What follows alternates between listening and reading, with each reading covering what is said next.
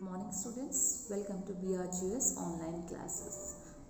I hope you all are safe and healthy. Kids, today we will be starting with a new lesson. So let's go ahead and see what we will be learning in today's class. In today's class, we will learn about advent of Europeans to India. Before getting started with the lesson, let me give you a short introduction what we will be learning in today's class. Kids, in today's class, we will understand the early activities of the Europeans in India and understand the conflict that emerged between Europeans and Indians. Let's get started with Portuguese first. Kids, on 14th May 1498, Vasco da Gama reached Calicut in Kerala. Okay, and while he came, they had discovered a new sea route to India, and Portuguese were the first from the Europeans to reach India. Let's go ahead and see the causes for the rise of Portuguese. The first cause was the King Zamarin. He gave permission to Vasco da Gama for the trade. In 1509 CE, Albuquerque was appointed as governor of India. In 1510, he captured Goa from the Sultan of Bijapur. Until Portuguese left India, Goa remained the capital of Portuguese. Successive governors after Albuquerque established colonies at Diu, Daman, Salsette, Basin, Chawal, Bombay and Santom and Hooghly in Bengal and many more places. These three are the main causes for the rise of Portuguese in India. Now let's see the causes for the decline of the Portuguese. The first cause was possession of the strong navy by Dutch and English posed a formidable challenge to the Portuguese. Portuguese government officials became highly corrupt, losing their loyalty. Later, the officials left the government in a pathetic condition. Religious fanaticism was the reason for their decline, because they attempted to convert the locals forcefully. With the decline of Vijayanagar Empire, the trade of the Portuguese also declined. The Dutch.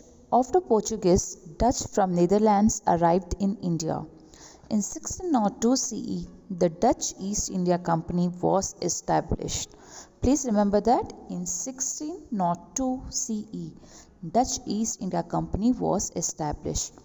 This company obtained monopoly to trade with countries in the East. It also came equipped with mandate to wage battles or enter peace trades with the local rulers. They were ready for the both. If the king was not ready, they would have fought a battle.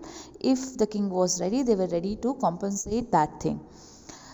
Pulicat became the capital of the Dutch.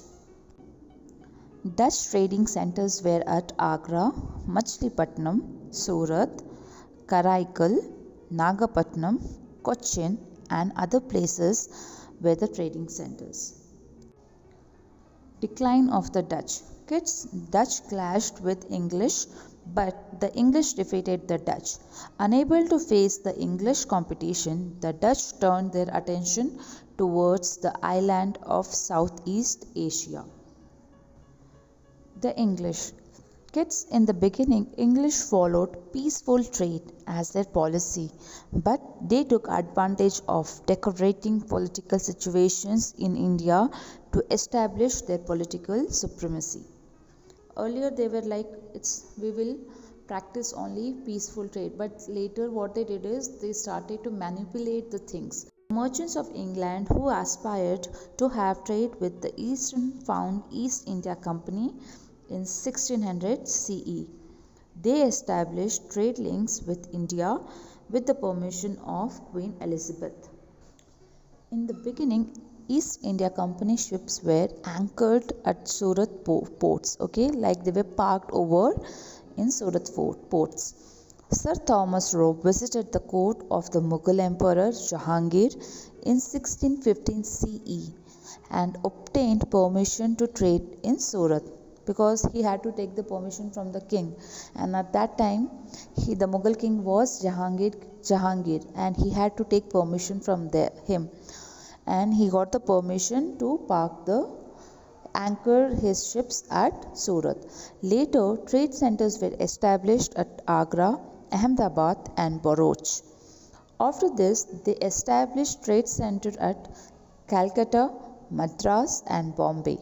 Calcutta was their first capital. Gradually, the profit of East India Company increased notably. Okay, people could see the profitable business of the East India Company. They obtained permission to trade without any tax in Bengal provinces and in Agra from the Mughal Emperor Farrukh Siyar. From Bengal they got the permission from Bengal provinces, and from Agra they got the permission from the Mughal Emperor Farrukh Siyar. These measures enabled the British to gain more strength. In order to improve their strength, the British built forts around their residential areas and trade centers. They employed soldiers to protect their establishment and also stock arms and ammunitions. In very short time, the English had a strong army. French were the last among the Europeans to reach India for trade. They established French East India Company in 1664 CE.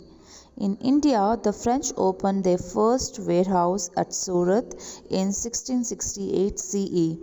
Within a short time, they established trade centers in different parts of India. The French opened their trade centers at Pondicherry, Machilipatnam, Calicut, Mahe, Karikal, and Chandranagar.